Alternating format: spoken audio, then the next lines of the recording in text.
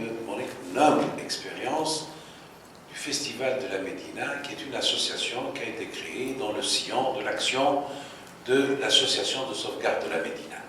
Comment, par une activité culturelle, essentiellement par la suite est devenue musicale, je ne peux pas l'expliquer maintenant, parce que essentiellement, j'ai dit, il y a eu toujours d'autres activités, des conteurs, à côté de la musique, des conférences, du théâtre. Donc l'objectif du Festival de la Médina, c'était de réhabiliter la Médina dans la tête des gens. À un certain moment, les gens ont déserté la Médina qui renferme à peu près 700 monuments qui méritent d'être classés, qui sont maintenant classés par l'Institut national du patrimoine. Et cette activité a rendu un peu un certain intérêt à la Médina de Tunis, d'où d'Argile, d'où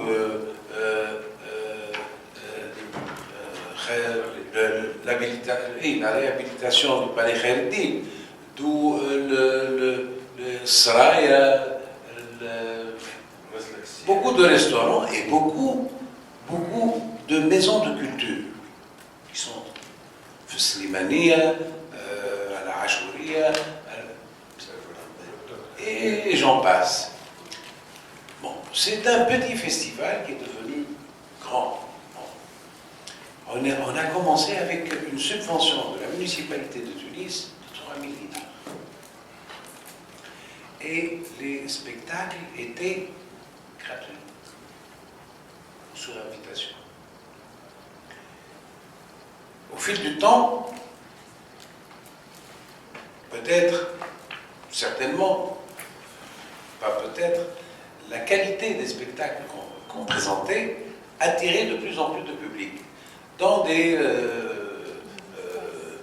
maisons ou des petits châteaux qui ne pouvaient pas contenir une foule assez dense.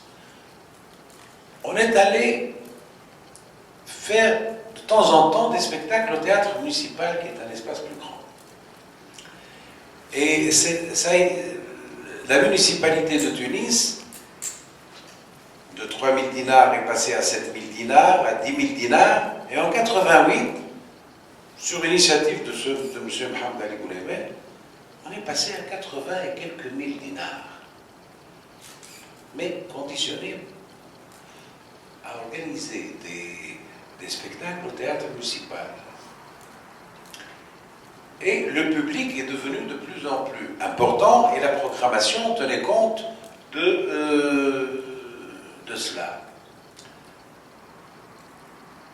Mais cette subvention du ministère de la municipalité de Tunis et la recette qui ne représentait que peut-être 10% de cela ne suffisait pas à, disons, l'extension du festival, ou bien répondre à ses ambitions. Et puis un jour, s'est présenté à nous un sponsor.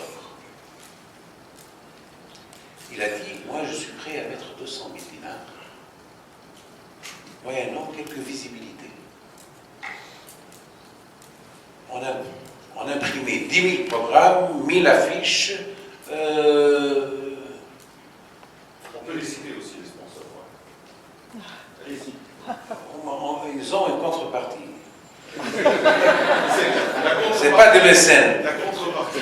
C'est pas des mécènes. Une contrepartie parce qu'ils ont encouragé ça. Le premier sponsor, c'était Maminova. Il a fait avec nous 2 sessions. Le festival est devenu, c'est-à-dire, on avait la latitude, avec un budget pareil, de faire un programme plus important, plus étoffé. Et puis 2 ans après, c'est Tunisiana qui est venu nous dire, voilà, nous offrons 300 000 dinars. Et c'est comme ça. Bon, moyennant une visibilité, mais à ce moment-là, la télévision Et des 300 000 dinars, je mettais 80 000 dinars à la télévision pour nous passer le spot qui consistait en 30 secondes d'annonce du spectacle et 30 secondes pour le sponsor. Avec bien sûr une visibilité dans le programme, des affiches et tout ça. Et voilà que une seule fois, à la madrasa de Bir Hajar, il y avait un grand monsieur, c'est-à-dire de l'industrie, qui était présent dans un concert sympathique. À la fin, il a dit: ce concert m'a plu beaucoup, j'ai passé un moment merveilleux. Qui c'est le responsable du festival? Je me suis présenté, il m'a dit: voilà un chèque de 5 000 dinars, c'est une aide à l'association. Donc, l'unique, la seule fois. Par la suite, c'était du sponsoring, ça n'a rien à voir, c'est autre chose. Donc, voilà l'expérience de 26 ans au Festival de la Médina. Et ce que je vous ai dit, vous pouvez en tirer des conclusions tout seul. Je pense quand même que le mécénat, c'est quelque chose qui est dans la culture générale des gens. Je pense que le soubassement, la base de la culture, c'est les programmes de l'enseignement. Les programmes de l'enseignement dans les années 50 et 60 étaient des programmes assez consistants qui donnaient une culture générale aux élèves.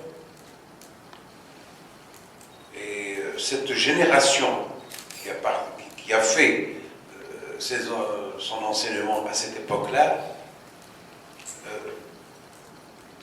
peut apprécier ou bien peut comprendre ce que ça veut dire, tous ces concepts qui sont maintenant devenus presque étrangers. Bon.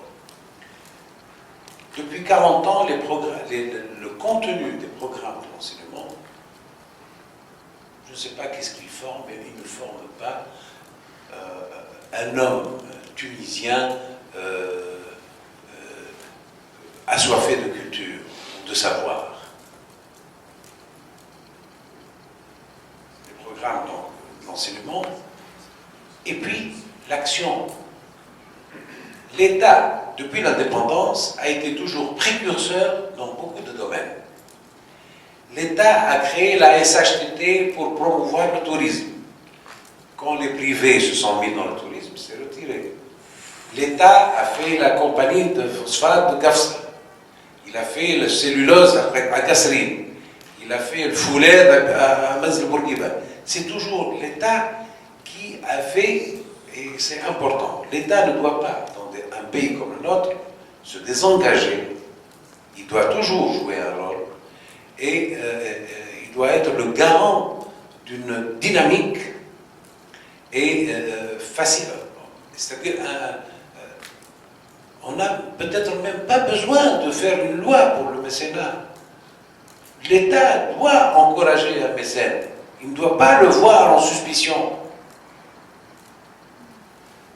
Pour nous, tout entrepreneur est suspicieux. Il est soupçonné. Non. Il faut une certaine confiance, il faut pousser. Et c'est la troisième chose, je termine tout de suite, la troisième chose, c'est l'entrepreneuriat culturel. Parfois, on dit: pourquoi vous amenez tout le temps des Libanais qui chantent? Eh bien, les Libanais, c'est des gens qui travaillent, qui produisent, leurs chanteurs produisent presque tous les ans des CD, ils renouvellent leur musique. C'est des gens qui produisent des pièces de théâtre, des comédies musicales, tout le temps, et ils sont nombreux. Il faut faire des choix, et puis, à mon sens, l'État doit encourager l'entrepreneuriat, créer un cadre juridique dans lequel il peut évoluer, faciliter la tâche. L'État doit voir avec, comment dire, avec bienveillance un effort de mécénat, encourager les mécènes, comme la loi que vous avez initiée. Et l'État doit être garant de la qualité. C'est très important, parce qu'il y a des commissions à droite et à gauche, bon, il y a toujours des pressions de la part des acteurs culturels, qu'ils soient bons, mauvais, médiocres, mais les commissions au ministère de la Culture doivent donner des subventions aux productions qui le méritent. Voilà, je vous remercie.